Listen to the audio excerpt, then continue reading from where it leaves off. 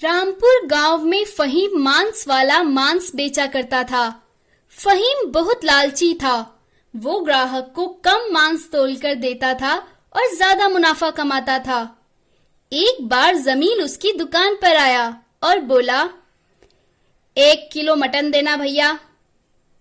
फहीम बोला, अच्छा देता हूँ, और बताओ आज कुछ खास बात है क्या? जमील बोला, हाँ आज मेरा रिजल्ट आया है, मैं पास हो गया हूँ 12वीं कक्षा में, तो आज अम्मी ने दावत रखी है। फहीम बोला, अच्छा और अब्बू क्या दावत करवाएंगे? इसी तरह बातों से जमील का ध्यान भटकाकर फहीम ने मटन को कम तोला और जमील को दे दिया। पूरे गांव में फहीम की अकेले मटन की दुकान थी और किसी की दुकान ना होने के कारण उसके पास अक्सर लोगों की भीड़ रहती थी। फहीम इसी तरह कम मांस तोलता था और लोगों को बातों में लगा देता था। फहीम बोला, अरे इसे तो पता भी नहीं चला, मैं इसी तरह बातों में लगाकर कम मांस तोलता हूँ, बड़ा मुनाफा कमा लेता हूँ, मैं काफी होशियार हूँ।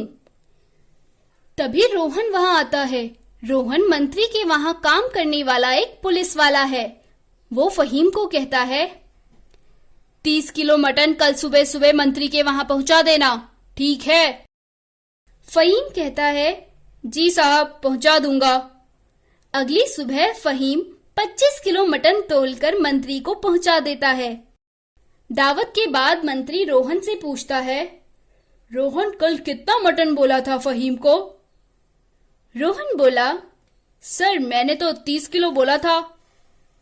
मंत्री कहता है, मटन कम कैसे पड़ गया?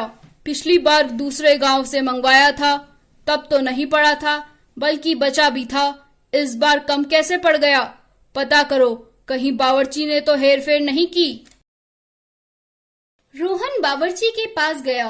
रोहन ने बावर्ची से पूछा, क्यों बावर्ची, मटन कम कैसे हुआ? तुमने हड़प लिया क्या? बावर्ची बोला, नहीं साहब, मुझे जितना मटन दिया था मैंने उतना ही बनाया, मैंने सारा का सारा मटन बनाया था।